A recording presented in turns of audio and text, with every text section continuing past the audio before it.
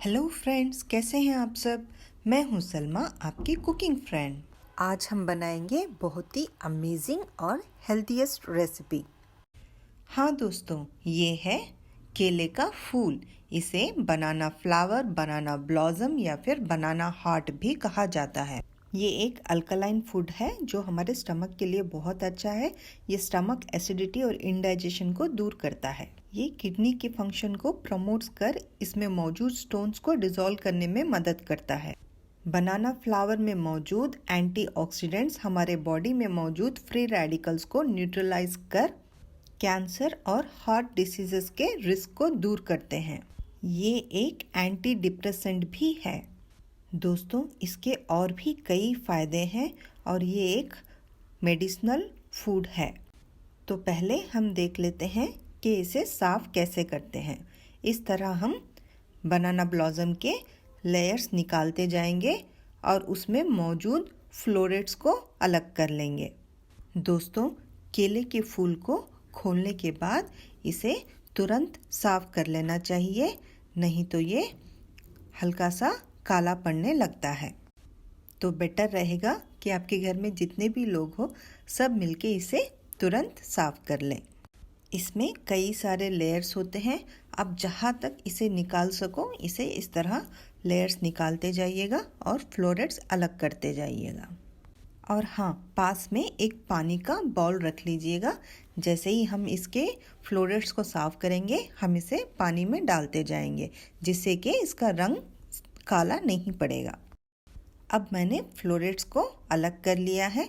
अब इन फ्लोरेट्स को इस तरह खोलकर इस तरह देखिएगा, इसमें एक गोल डंडी और इस सफ़ेद प्लास्टिक जैसे लेयर को हम अलग कर लेंगे।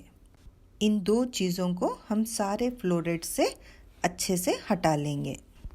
एक और बार देख लीजिएगा दोस्तों, इस तरह हम फ्लोरेट को पहले खोलकर इसमें मौजूद गोल मुंह वाली डंडी और एक सफ़ेद प्लास्टिक जैसे लेयर को, इन दोनों चीज़ों को हम हटा लेंगे, तोड़कर हटा लेंगे। साथ ही साथ इन्हें हम पानी में डालते जाएंगे, जिससे कि इसका रंग बदले ना।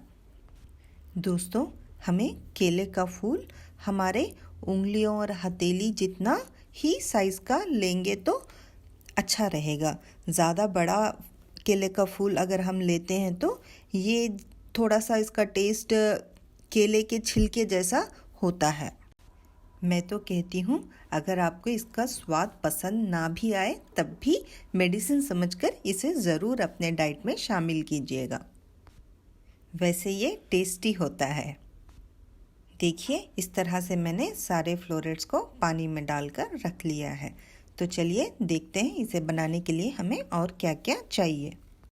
हम लेंगे 2-3 मीडियम साइज़ ऑनियन, 1/4 कच्चा नारियल, थोड़ा हरा धनिया, 2 टेबलस्पून कुकिंग ऑयल, 1 टीस्पून राई, जिसमें मैंने आधा टीस्पून उड़द दाल का भी ले लिया है, एक साबुत लाल मिर्च, हाफ टी स्पून हल्दी पाउडर, नमक स्वाद अनुसार, 1 टीस्पून गार्लिक जिंजर पेस्ट और थोड़ा सा करी पत्ता। सबसे पहले हम कच्चे नारियल के काले छिलके को उतार कर इसको मिक्सर ग्राइंडर में हल्का सा दरदरा इसका पाउडर बना लेंगे। अब प्याज और हरे धनिए की चॉपिंग कर लेते हैं। अब हम एक पैन लेंगे, इसमें ऑयल डालकर इसे गरम कर लेंगे।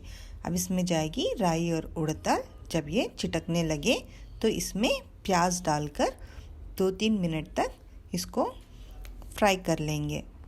जब तक ये प्याज फ्राई हो रही है हम केले के फूल की चॉपिंग कर लेंगे।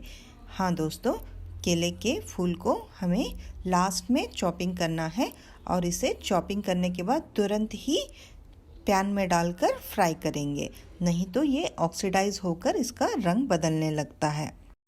हमारी प्याज फ्राई हो चुकी है। अब इसमें जाएगा करी पत्ता, साबुत लाल मिर्च, गार्लिक जिंजर पेस्ट और हल्दी। इन सभी चीज़ों को हम अच्छे से तेल में फ्राई कर लेंगे। अब इसमें जाएगा हमारा केले का फूल। अब इसे भी 2-3 मिनट तक अच्छे से मिक्स करते हुए फ्राई कर लेंगे। अब इसे नरम होने के लिए थोड़ा सा पानी और स्वाद अनुसार नमक डालकर इसे अच्छे से मिक्स कर लिड को कवर करके 5 से 7 मिनट के लिए अच्छे से मीडियम टू लो फ्लेम पर पका लेंगे। 5 मिनट हो चुके हैं। अब हम इसे चेक कर लेंगे। केले का फूल नरम हो चुका है। अब इसे पानी को अच्छे से सूखने तक और 5-7 मिनट तक इसको मीडियम फ्लेम पर मिक्स करते हुए पका लेंगे, जब तक कि ये पानी अच्छे से सूख ना जाए। अब ये ड्राई हो चुका है। अब इसमें जाएगा पिसा हुआ कच्चा नारियल। इसे भी अच्छे से मिक्स करके 2 मिनट पका लेंगे। दोस्तों, इसमें कच्चे नारियल का स्वाद बहुत ही अच्छा आता है। चलिए अब टेस्ट कर लेते हैं। बहुत ही स्वादिष्ट है, एकदम नमक बराबर है। अब लास्ट में इसमें हम थोड़ा सा धनिया ऐड करके इसे भी मिक्स कर लेंगे और स्टोव को बंद कर देंगे। तो ये रही हमारी गर्मा गर्म केले के फूल की सब्ज़ी। दोस्तों, अगर आपको मेरी रेसिपी अच्छी लगी हो तो इसे लाइक, शेयर एंड सब्सक्राइब ज़रूर कीजिएगा। हाँ दोस्तों, सब्सक्राइब करके बेल आइकॉन ज़रूर दबा दीजिएगा ताकि मेरे आने वाले रेसिपीज़ का नोटिफिकेशन आपको मिलता रहे। Thank you.